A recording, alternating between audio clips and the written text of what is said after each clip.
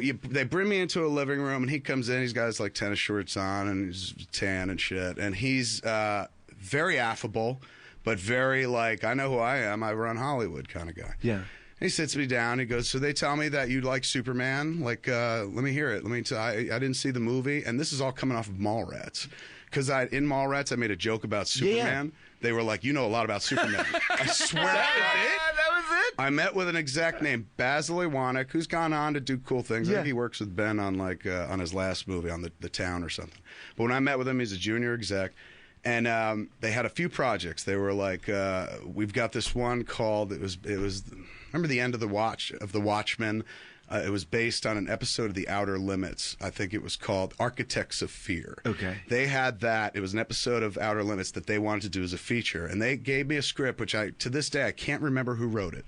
But they gave me the script to read. They're like, this is just weird. Like, see if you could do anything with this. And I read it. It was hands down one of the best scripts I've ever read in my life. And I handed it back. I was like, this is flawless. You should make this. Yeah. And they're like, it's an art film. And it kind of was. It was definitely more of like a Chris Nolan type of action flick than anything else. And which in those days would have been a tough fucking sell.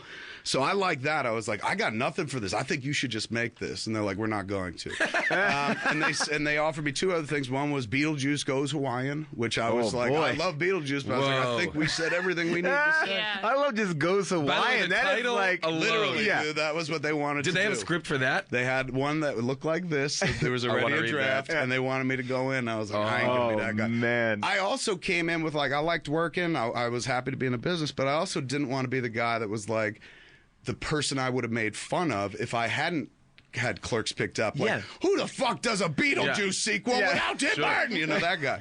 So I said no to that. And he said, there's one more that's a real long shot, but we're trying to redevelop Superman. I was like, oh, Superman. I know comics and shit. And he's like, yeah. And I was like, yeah, man, I talked about, in Mallrats, like the Brody character's a big fan of comic books. And he goes, that's why you're here. I said, why? He goes, because someone saw Mallrats and said, like, you talk about Superman and a kryptonite condom? And I was like, yeah. And he goes, well, they figured you had an original take on Superman. And I was like, that's not even an original take, man. That's based on an essay called Man of Steel, Woman of Tissue or something like that from back in the day. They're like, well, I you're want to read room. that essay, by the way. I didn't know that. That's a fantastic essay. I didn't even, it wasn't even based on that. Years later, somebody was like, did you ever read Man of Steel, Woman of Tissue? I said, no.